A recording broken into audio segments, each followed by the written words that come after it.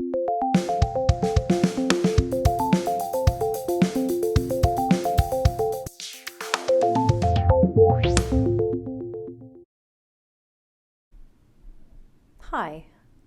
I'm Dr. Donna Gurley, and this video will help you to better understand causal loop diagrams and their components. Let's get started. Causal loop diagrams are valuable because they help us to clarify our own mental models and make our thinking clearer, identify common archetypes that drive systems behavior, and share our mental models and modify them with others, which potentially creates a rich dialogue.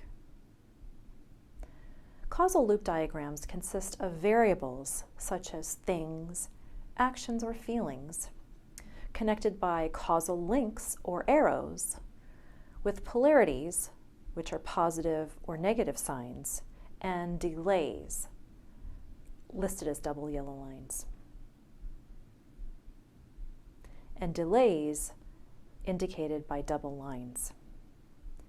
Together, these create positive and negative feedback loops that describe the circles of cause and effect. Let's break down the parts so that you can see the individual loops. The two things that cause the population to change are births and deaths. Arrows are used to represent these causal links. We know that more births lead to an increased population, and fewer births will lead to a decreased population, other factors being equal. We would say this relationship has a positive polarity or is directly proportional. This means that the two variables move in the same direction. More leads to more, or less leads to less. We indicate that a causal relationship has a positive polarity by placing a plus sign next to the arrowhead. We also know that more deaths lead to a decreased population, and fewer deaths lead to an increased population. The variables are inversely proportional. More leads to less, or less leads to more. So we would say that this relationship has a negative polarity. We represent this by labeling the arrowhead with a negative sign. On their own, they don't tell us what's actually happening to the population. The direction of change in population is determined by whichever of these two relationships is dominant. As long as births exceed deaths, the population will grow. And whenever deaths exceed births, the population will shrink. Now let's introduce some feedback into the model. While more births lead to an increase in population, a greater population also leads to more births, since more people make more babies, given a birth rate stays constant. Remember, we're only considering the two variables that we are linking for polarity. Therefore, we draw a positive causal link from population back to births. This link forms our first feedback loop, shown on the left side in a red circle. A feedback loop is what we call a set of relationships where one variable leads to a change in another variable that eventually leads to a change in the original variable. To read a feedback loop, you start with a variable and pick a direction. So let's read this one starting with population and more. More population leads to more births, which leads to more population. This is called a reinforcing loop, marked with an R, because more births today lead to more births in the future. Births reinforce births. Similarly, less births would lead to a lower population, which would lead to less births in the future. The reinforcing process works in the opposite direction as well. If this were the only feedback loop in the population system and people did not die, then we would see an exponential growth in the number of people.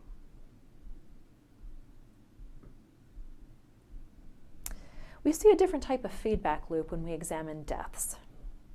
More deaths today leads to fewer deaths in the future. Why? because more deaths today will cause the population to fall, which means less people will be around to die later. These types of loops are called balancing loops, marked with a B, since more leads to less or less leads to more. The original change is balanced by a change in the opposite direction. Feedback loops are a set of relationships that are always happening over and over again, generating behavior that unfolds over time. These two feedback loops can cause a few different behaviors based on the birth rate and life expectancy. We will observe population increasing as long as the reinforcing birth loop dominates and the leveling off of the death loop balance is dominant. Notice in this diagram that there are two hash marks on the causal links between population and births and between population and deaths. Hash marks represent a delay, a situation where it takes time before the effect plays out. In this population example, it takes time for an individual to become of age, to have a child, which is why there is a delay between population and births. This delay is longer in some countries like New Zealand, where the average woman has children at age 29. Compared to some developing countries, the average woman has children at less than 20 years of age. When creating a causal loop diagram, delays must be included. Otherwise, the reader will assume that the effect will be immediate. Let's go through a few more examples. When you add money to your bank account, it earns interest based on the amount in the account. The interest is reinvested to the money in the bank account so that the amount of interest will be greater in the future. Balancing loops, known as negative loops, are circles of cause and effect that counter a change with a push in the opposite direction. The harder the push, the harder the system pushes back. Balancing feedback loops bring stability to a system, depending on how it's perceived, so they are essential to that system. Here's an example. When the internal temperature of your body increases, you sweat.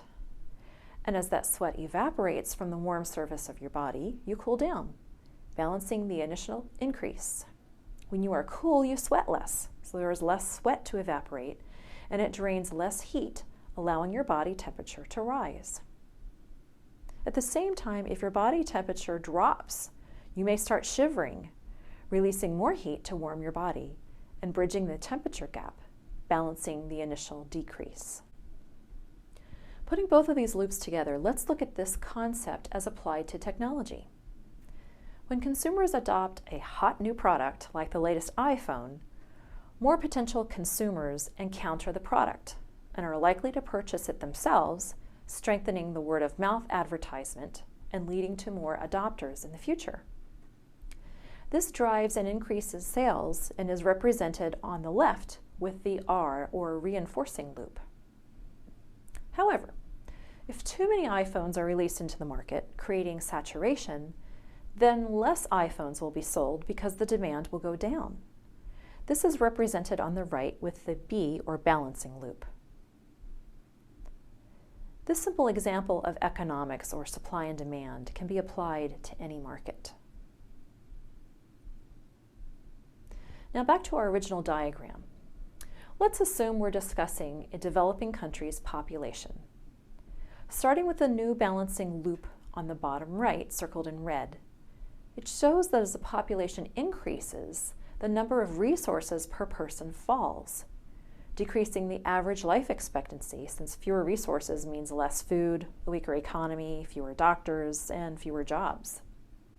As life expectancy falls, the rate of deaths increases, which causes the population to fall. This balancing loop makes sense, but it will only come into play given that resource constraints are a serious issue. Another interesting thing plays out as related to life expectancy in the new reinforcing loop on the bottom left. When life expectancy falls and infant mortality rates increase, people may desire to have larger families. This ultimately leads to more children in each household, which increases the population size, exacerbates resource constraints, and decreases life expectancy further. This reinforcing loop represents a vicious cycle where people essentially get what they want in the present at the expense of the future. Also, context is important in these situations. These outcomes wouldn't apply in every population context, but in some situations, you can imagine how a mother expecting several of her children to die before they reach adulthood would want to have more children in anticipation of early deaths. The model is true in the context of a prevailing set of factors. Resource constraints matter, and beliefs. Having many children is the best way to ensure that you have a family in the future. Keep in mind that this is just one simplified population model of a hypothetical population. It may represent some countries more than others.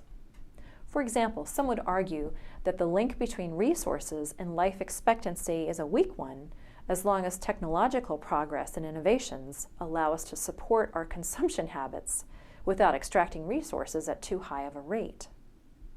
But others argue that technology can only do so much, and that even the US will eventually reach its limits. One particular model and context of a model should always be clear. Models are used to frame problems and answer questions. They are theories of what something acts in a particular way. They are theories of why something acts in a particular way.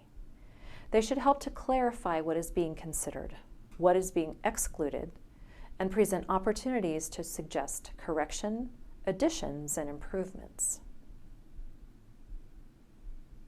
Now, let's go over some more examples to see how to read a causal loop diagram. See if you can answer these questions correctly. Pop quiz. What does this model say about the causal relationship in a traffic model?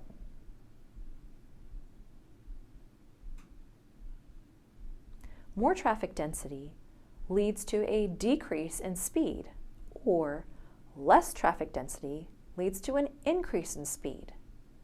In other words, there is an inverse relationship between traffic density and speed.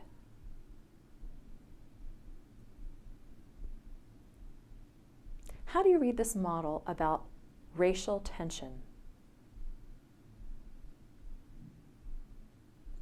Increased inequality leads to more conflict, or less inequality leads to less conflict. This relationship is directly proportional, right?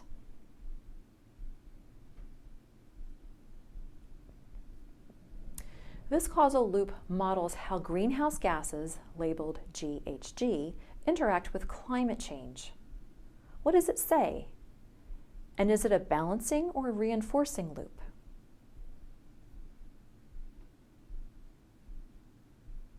Let's walk through the feedback loop verbally. Start with a variable GHG, greenhouse gas emissions, and work your way around the loop. More greenhouse gas emissions lead to more greenhouse gases in the atmosphere, which lead to an increase in temperature, which leads to more thawing organic matter that was previously trapped in glaciers. But there is a delay in this phase. Over time, this increase in thawing organic matter leads to more greenhouse gas emissions. That's not an immediate effect. This is also a reinforcing loop because an initial increase in the starting variable led to a further increase in each variable.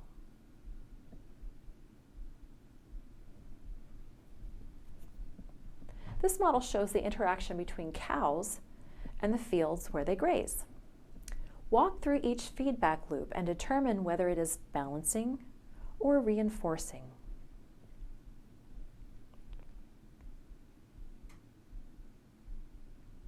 Loop 4. More grass leads to more grass seeding, which leads to increased new grass growth, which becomes more grass. Or less grass leads to less grass seeding, which leads to less new grass growth, which leads to less grass in the future. Since more grass leads to more grass, or less grass leads to less, number 4 is a reinforcing loop. Loop number 5. More grass leads to less soil erosion, which leads to more new grass growth, which in turn leads to more grass.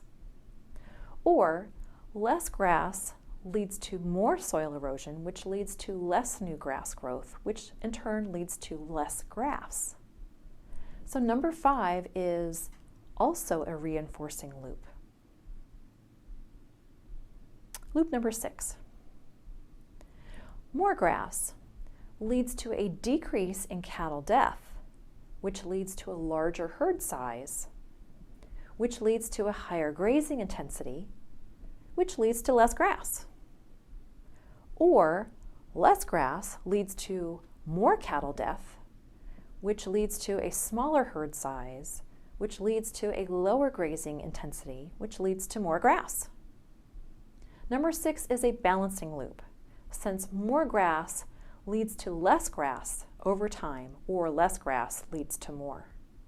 My hope is that you have a better understanding of how causal loop diagrams are used to describe what's occurring in a system. Thanks for watching. I'm Dr. Donna G.